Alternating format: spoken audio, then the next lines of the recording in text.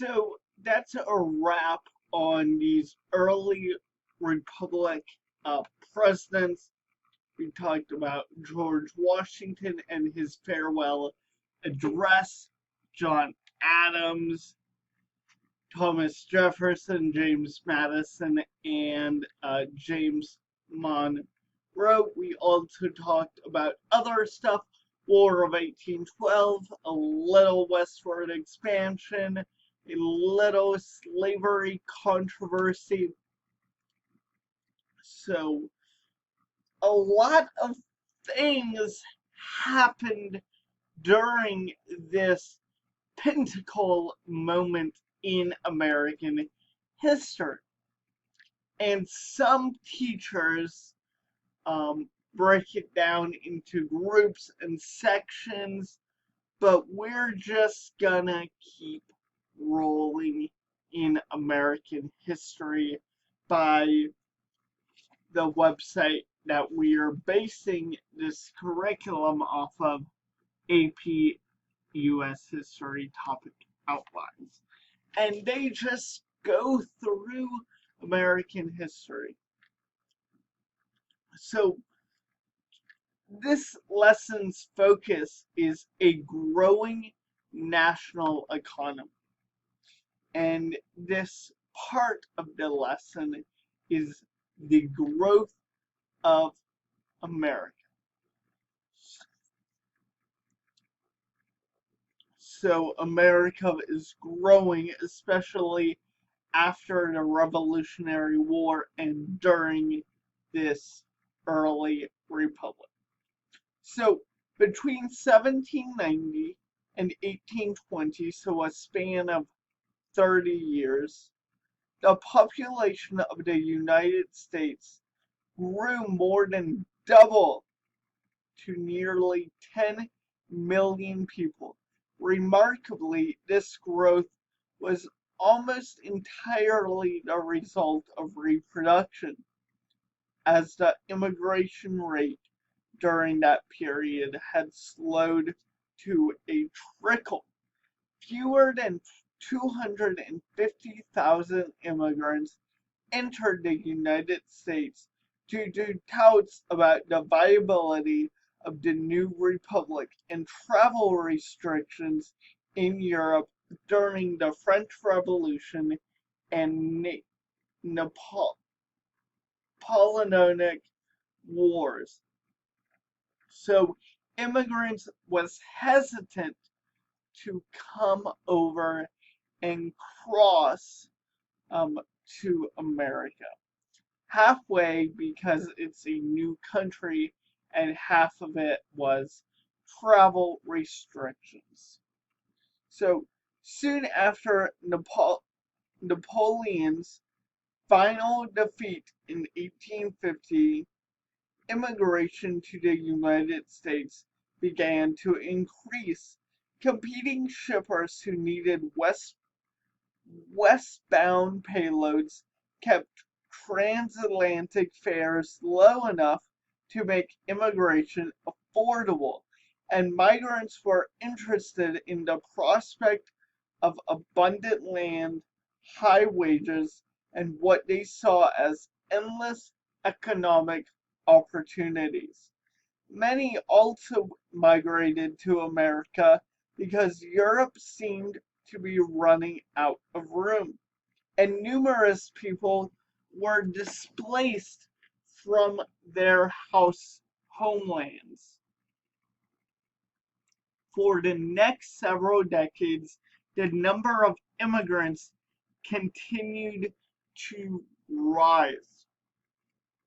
In the 1820s, nearly 150,000 European immigrants arrived. In the 1830s, nearly 600,000. By the 1840s, nearly 1.7 million.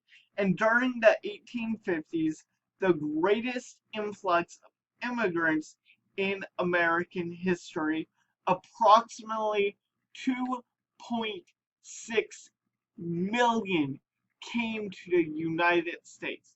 So wars ending in Europe,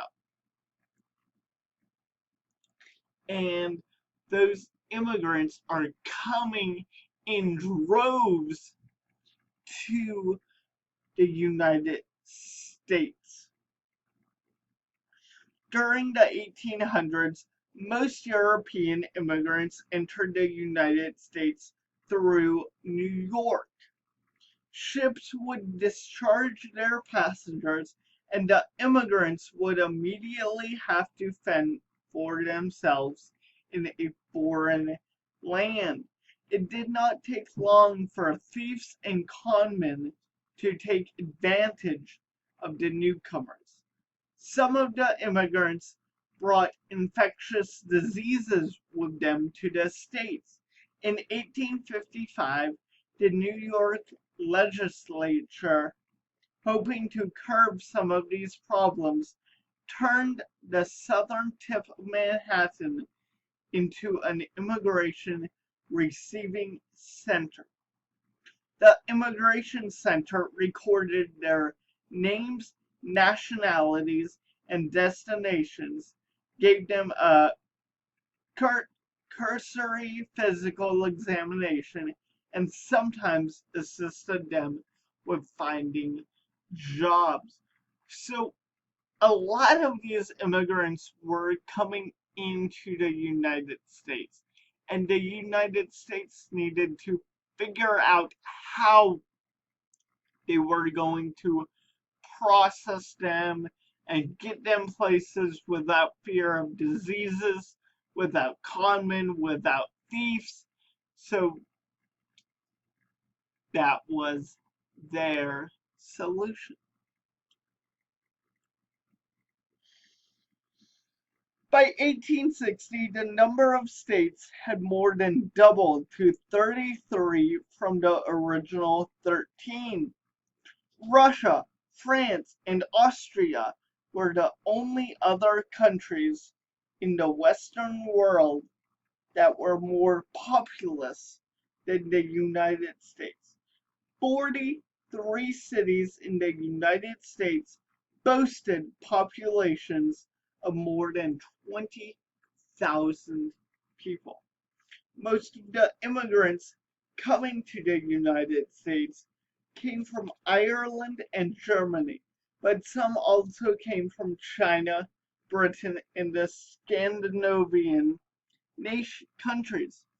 In the 1840s, Ireland experienced a potato blight when a rot attacked the potato crop and nearly 2 million people died of disease and hunger. Tens of thousands of Irish fled the country during the Black 40s, many of them coming to America. By the end of the century, more Irish lived in America than in Ireland, with nearly 2 million arriving between 1830 and 1860. As they arrived in the United States, they were too poor to move west and buy land, so they congregated in large cities along the eastern coast. By 1850, the Irish made up over half of the populations of Boston and New York City.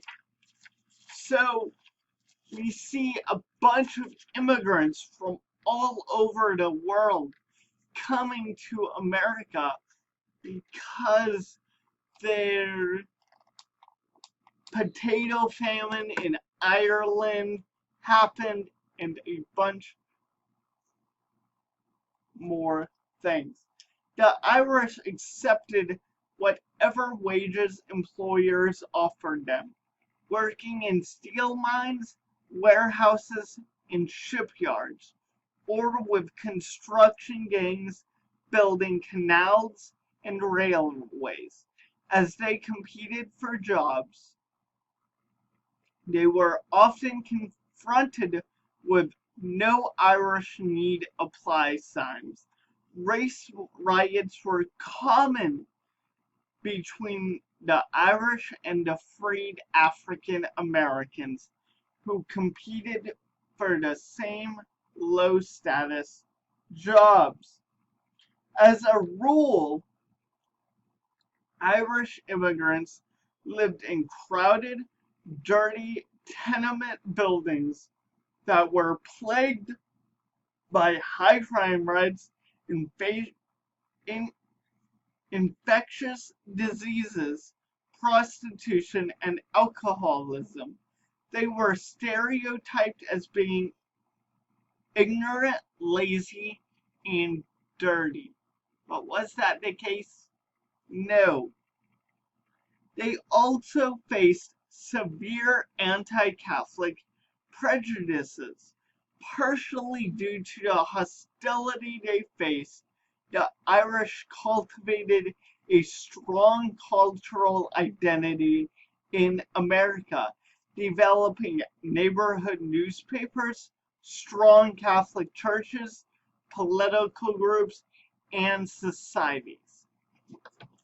So, the Irish were hated on when they first got to America. They were hated on, but ironically, this hatred from a group of people from Americans turned into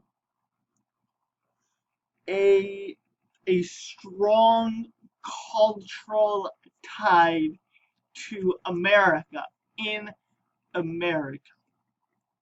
Although most Irish had a rough start in America, many eventually improved their position by acquiring small amounts of property. The Irish eventually controlled the police department in New York City, driving around in police vans called paddy wagons. In the 1820s and 1830s, state constitutions were revised to permit universal white male suffrage, and as a group, the Irish found their way into American politics and were able to exert a remarkable political influence. They primarily followed the Democrats and Andrew Jackson, who was the son of an Irish colonist. Irish votes enabled Jackson to defeat John Quincy Adams in the election of 1828. By the turn of the 20th century, the Irish had established political machines such as the New York's Tammany Hall and virtually ran the municipal government in and around New York. So the Irish started digging into their political backgrounds, the police department. They got into the police department. They got into politics and started chipping away and giving off influence. During the 18th century, many Germans moved to America in response to William Penn's offer to free religious expression and cheap land in Pennsylvania. Consequently, when a new wave of German immigrants immigrated to America starting in the 1830s, there were already enclaves of Germans in the United States.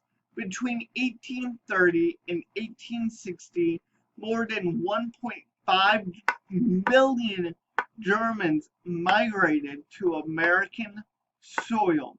Many of them were farmers, but they were also cultured, educated, professional people who were displaced by the failed democratic revolution in Germany in 1848. I know it's the first time I'm using this board, this whole video, But there's a contradiction I want to make between the Irish and the Germans.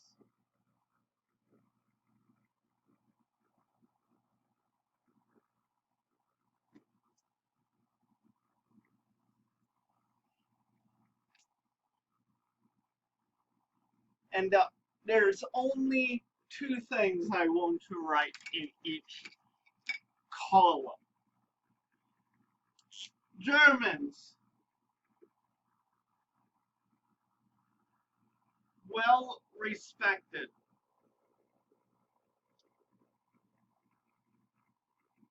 in America and skilled. When I say skilled, I mean they often got jobs like the Irish usually got bottom of the barrel jobs. The Germans got top of the barrel jobs.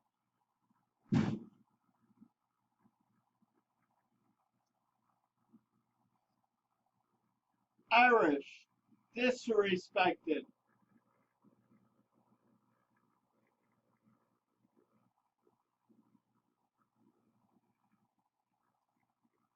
And un.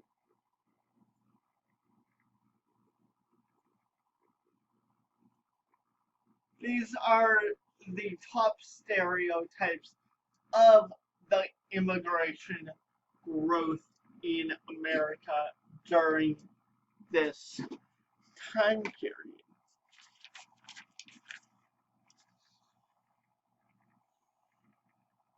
Okay, America had always been a land of immigrants. For many, but for many American natives, the large influx of immigrants in the 1840s and 1850s posed a threat of unknown languages and customs. Some Americans feared that foreigners would outnumber them and eventually overrun the country. The natives saw the mass settlements of Irish and German Catholics as a threat to their hard-won religious and political liberties. This hostility rekindled the spirit of European religious wars, resulting in several armed clashes between the Protestants and the Catholics. In 1849, nativists formed a group in New York called the Order of the Star-Spangled Banner, which developed into a political party called the American Party. When asked about the organization, members refused to identify themselves, saying, "I know nothing," which eventually led to the group to be labeled as the Know Nothing Party.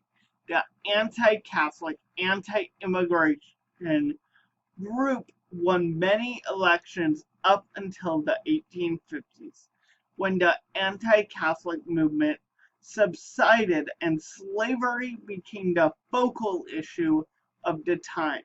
Throughout this critical growth period in America, immigrants were helping to form the United States into one of the most ethically and racially diverse societies in the history of the world.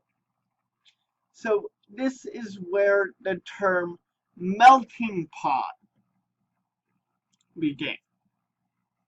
See you guys in the next lesson part.